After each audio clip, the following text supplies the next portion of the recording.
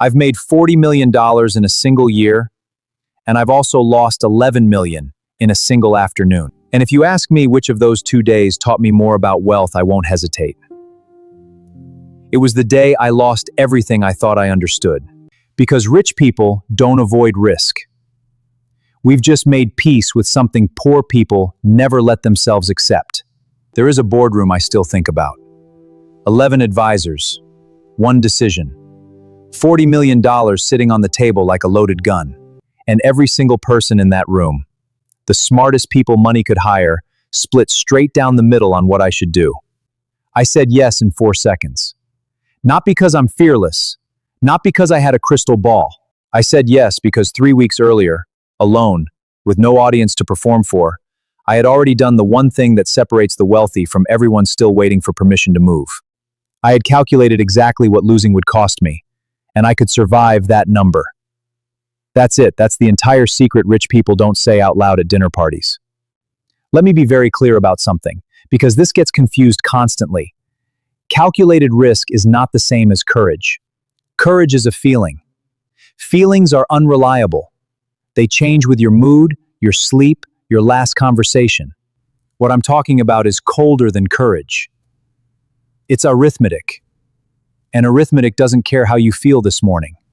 There's a man named Daniel Kahneman who spent his career studying exactly why human beings make terrible decisions with money, and he won a Nobel Prize for it. His research proved something I already knew from the streets before I ever read his name. Human beings feel the pain of loss almost twice as intensely as the pleasure of an equal gain. He called it loss aversion. It explains why brilliant people stay average their entire lives. Their brain is wired to protect what's already in their hand, even when what's in their hand is barely enough to survive on. Wealthy people aren't born without that wiring. We just refuse to let it drive. Now, I want to correct something dangerous, because I've watched this misunderstanding ruin people. Calculated risk is not gambling. What we do is closer to what Nassim Nicholas Taleb described when he wrote about asymmetric bets.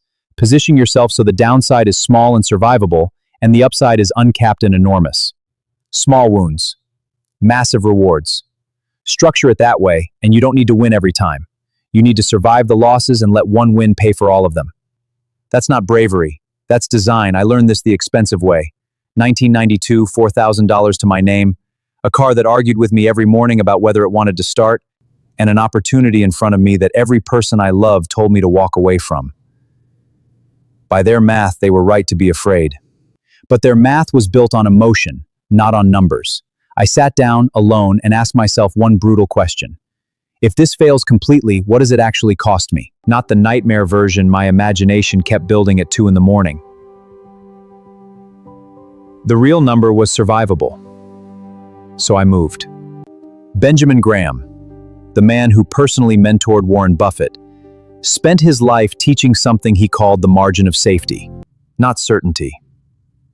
He never promised certainty, because certainty doesn't exist in this game. He built in a cushion, a buffer, so that even when his analysis was wrong, and it was wrong plenty of times, the mistake didn't destroy him. That's the difference between a wealthy mind and a struggling one. The struggling mind searches for a guarantee that will never come. The wealthy mind builds a structure that can absorb being wrong. Let me say the part nobody wants to admit. I have been wrong more times than most people have even tried. I've backed ideas that collapsed under me. I've trusted people who cost me millions. I've walked into deals certain of an outcome that never showed up. Being wrong has never been my exception. It's been my education. The only reason I'm still standing is because I never let one mistake carry the full weight of my future. Most people build their entire life on a single point of failure. One layoff, one bad month, one deal gone wrong, and it's over. They call that being responsible. I call it building a house with one wall and hoping the wind stays calm forever. Howard Marks, a man who has studied market cycles longer than most people have been paying attention to money at all, said the worst investment mistakes rarely come from bad information. They come from bad behavior when good information was sitting right in front of you. Fear convinces you to freeze exactly when you should step forward. Greed convinces you to sprint exactly when you should stand still. Calculated risk means silencing both voices and letting discipline drive instead.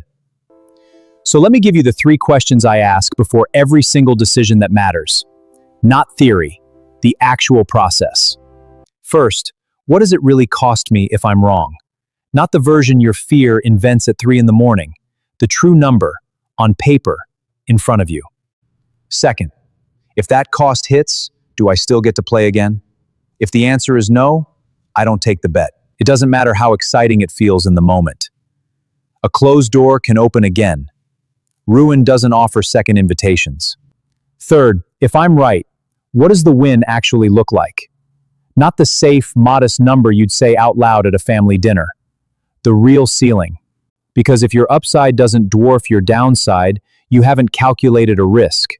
You've just taken one blind. And there's a canyon between those 2 decisions. I believe that same principle operates on a personal scale. It's the line between the people who build something that outlives them and the people who spend their whole life protecting a small, safe, shrinking pile of nothing. So here's what I need you to carry out of this room tonight. Stop asking if risk is safe.